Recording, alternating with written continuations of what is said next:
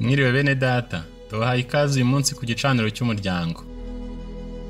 Imirongo y'ibyanditswe yakuwe muri Bibiliya yera ndetse n'imirongo migufi yakuwe mu bibwiriza byabwirijwe na mwene data William Marion Branham hagati y'umwaka w'igihumbi 1947 n'igihumbi 1965. Mu gihe muri kumvira ijambo ry'Imana, turizera ko muri buhabwe umugisha.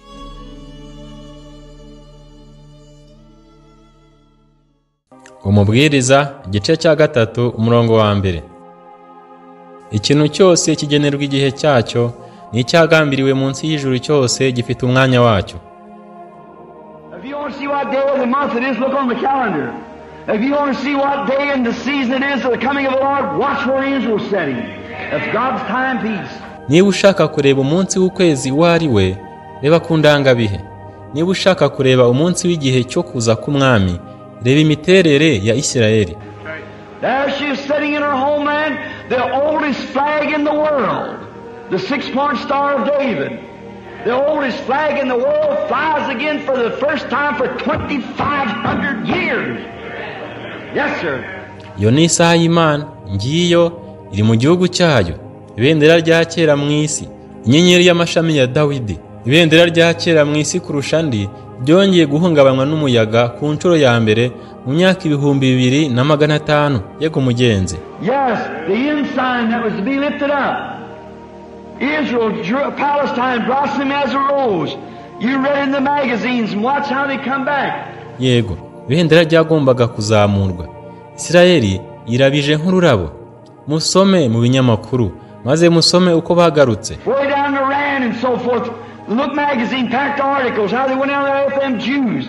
They wouldn't get on that airplane. That old rabbi went out there and said, our prophet told us Isaiah hundreds of years ago, thousands of years ago. Bamanuka muri Irani n'ibindi. Ikinyamakuru Luke cyuzuye ingingo nyinshi uko abayuda basohotse ntabwo bari kugera kuri iyo ndege.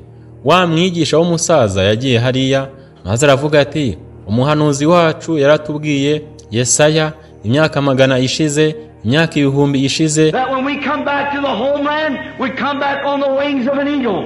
There it sits. Amen. They got right on the way they went. Yuko igihe tuzaba tugaruka mu gihugu cyacu, tuzagaruka tugendera ku mababa y'ikizu. Ngibyo birabaye. Amen. Bahita bajyayo nuko baragenda. When Brother Argenbright, one of our brethren here, one of them went ahead and come out the West Coast this time. He was there taking the pictures. Other pictures. Got one 3 minutes to midnight. And science says that's what it is, 3 minutes to midnight. Igihe mwene data Argenbright, umwe muri bene data hano, yanteraga kuza mu gice cy'Iburengerazuba. Kuri iyi nshuro yarahabeshejwe no gufata amafoto. Andi mafoto hariyo nafashe ngo saa 6 z'ijoro ziburi 3. And we look over there and see all them Jews placed in their homeland. Louis Petrus, how many ever heard of him? Stockholm Church in Sweden. Wonderful brother.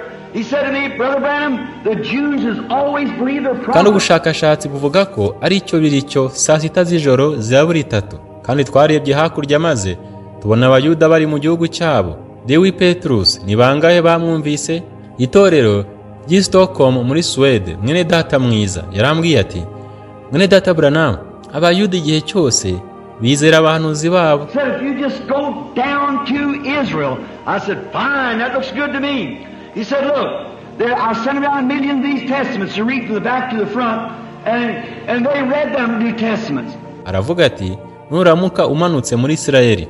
Yavuga nti ni byiza, ibyo bisa neza kuri ngewe. Aravuga ati reba, naboherereje utubibiriya tw'isezerano miliyoni. Badusoma bahereye inyuma bajya imbere, kandi basoma iryo sezerano rishya. They asked these Jews, they said, what are you coming home for? Bring your papa and mama, them blind and sick and packing them in. Come to the homeland to die?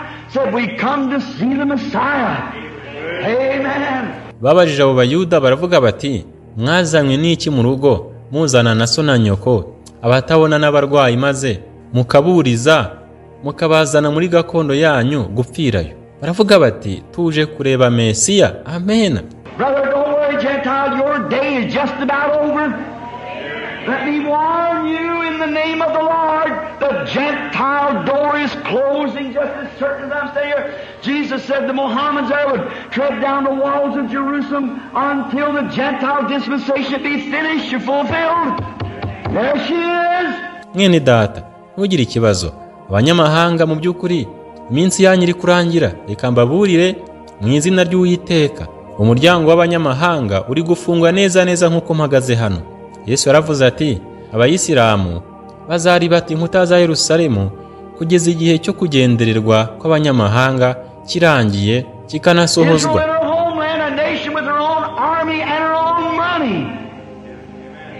Amen. She's a full nation now.